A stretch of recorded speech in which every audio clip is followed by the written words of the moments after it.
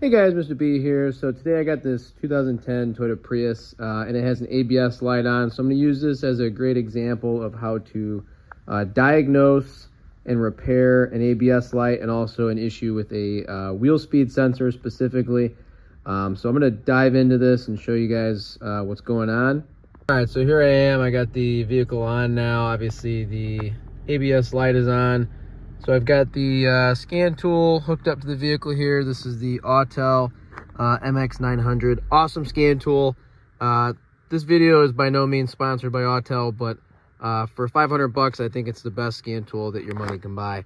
So I'm gonna go ahead and go to Diagnostics here. I'm gonna get the vehicle info plugged in. We'll go ahead and click on Diagnosis. Go to the ABS specific control module here. All right, so I'm gonna go ahead and start by pulling trouble codes for the anti-lock brakes. And we've got a code for the left front speed sensor. Do have a low or high power supply voltage. The battery did die on this vehicle recently and I had to charge it back up. So I'm honestly not worried about that code. I am more so worried about the left front wheel speed sensor code. So there's a couple things you could do here. One thing you could do is clear the code and see if it comes back. Chances are it'll probably come back anyways. And I know that this code will come right back with what's wrong with this vehicle. So if I wanted to clear the codes after I'm done with the repair, then I can do that. But I'm gonna go ahead and back up here. And the main thing we want to look for is live data. So now that I'm in here, we can see the data for the right front, right rear, and left rear wheel speed sensors. The left front is the one, I can click on it there. That's the one that we really want to look out for. So what I'm gonna do is I'm gonna go ahead and take this on a test drive and confirm that there is an issue with the left front wheel speed sensor. All right, so here I am going down the road at about 20 miles an hour. And you can clearly see that that left front wheel speed sensor is doing absolutely nothing. So now that I know kind of what I'm looking for, it's time to go ahead and do a visual inspection on everything. Of course, I got the vehicle supported by a jack stand. I got my flashlight in here. So the main thing is you just want to look over all the wires for the ABS wheel speed sensor. Kind of make sure they're intact, right? If they're not installed properly, eventually they'll rub on the tire or the suspension or something, and you could have a visual issue with the wires themselves. So far it looks pretty good. On this one, the wire goes all the way up over here underneath of this plastic panel there. The connector for it is right back here. All I gotta do is pull this back a little bit. Those connectors are usually corrosion points. Definitely want to keep an eye out for corrosion there. Obviously with it being inside the wheel well, I'm not saying that the problem is always going to be within this area, but I would say that 9.9 times out of 10 your problem is going to be either the sensor itself or an issue with corrosion or bad connections or broken wires somewhere in this wheel well area, because this is where it's exposed to the most salt, corrosion, road grime, water, all that stuff. I'm going to take that bolt loose there. It's just a 10 millimeter head bolt, and pop out that ABS wheel speed sensor.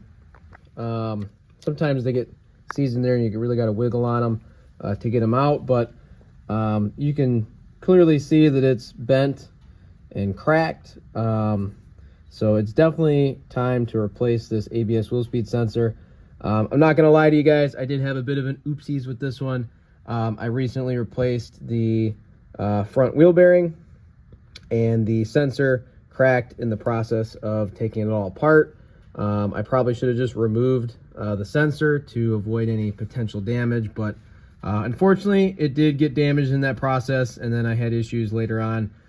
So you know, it is what it is. Things happen. I still wanted to go through the motions to show you guys how to properly diagnose an issue with a wheel speed sensor.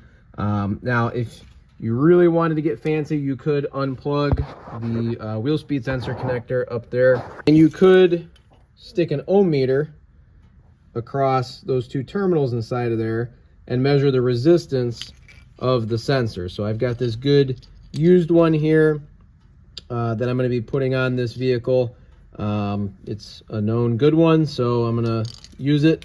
and see what happens. But if you wanted to ohm it out, sometimes you can find the resistance spec for the wheel speed sensor in the service manual. Sometimes you can, sometimes you can't. Honestly, if you can't find the resistance spec for this wheel speed sensor, and you know that the wheel speed sensor on the other side of the car is good, you can measure the resistance of that one and use that as your specification. The other thing too is you want to do, of course, a visual inspection, right? So in this case, electronically speaking, it's probably going to ohm out just fine, but it's physically broken. So there's a tone ring inside of here, and I'll see if you guys can see it in the camera. Inside the bearing, there's a tone ring right in there, and as it passes by the sensor, it produces a signal. So whenever the wheel is spinning,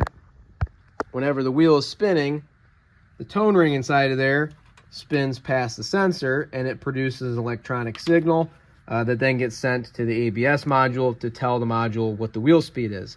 So if there's an issue physically with the sensor or electronically with the sensor, or an issue with the tone ring on the inside of there, sometimes there's different designs with tone rings that break apart. If there's any issues with any of that, then the signal is going to be interrupted and it won't work, just like what we have here. So pop off that clip. Looks like there's a bolt right here for this bracket that holds the sensor in. Another bolt right there for that bracket, and of course the wire goes up, and then there's a connector up here. So for the connector, you literally just push on this tab and pull, and it unplugs. For those plastic clips, a tool like this is pretty nice to go up under and pop it out. All right, so I've got my meter here set to ohms, and I'm just gonna quickly demonstrate how to check resistance of the wheel speed sensor. So if you couldn't find any issue with it visually, there might be an issue with it electronically. So like I said, you just take your meter leads and stick them on the end of those terminals. You just got to be careful not to touch the leads together. You don't want to get a skewed reading. I'm gonna go ahead and use my back probes to probe into these wires. The main thing here is you just want to be careful not to actually pierce the wire. 13 mega ohms. So I guess really the main thing here, guys, is if all else fails and I couldn't figure out what was wrong with this sensor, if I really wanted to try and narrow it down to just the sensor, I could ohm it out and compare it to a known good one, or compare it to the spec in the service manual and figure out whether or not it's bad. Obviously this one's junk because it's broken. All right, so now I got the new to me good used wheel speed sensor in here.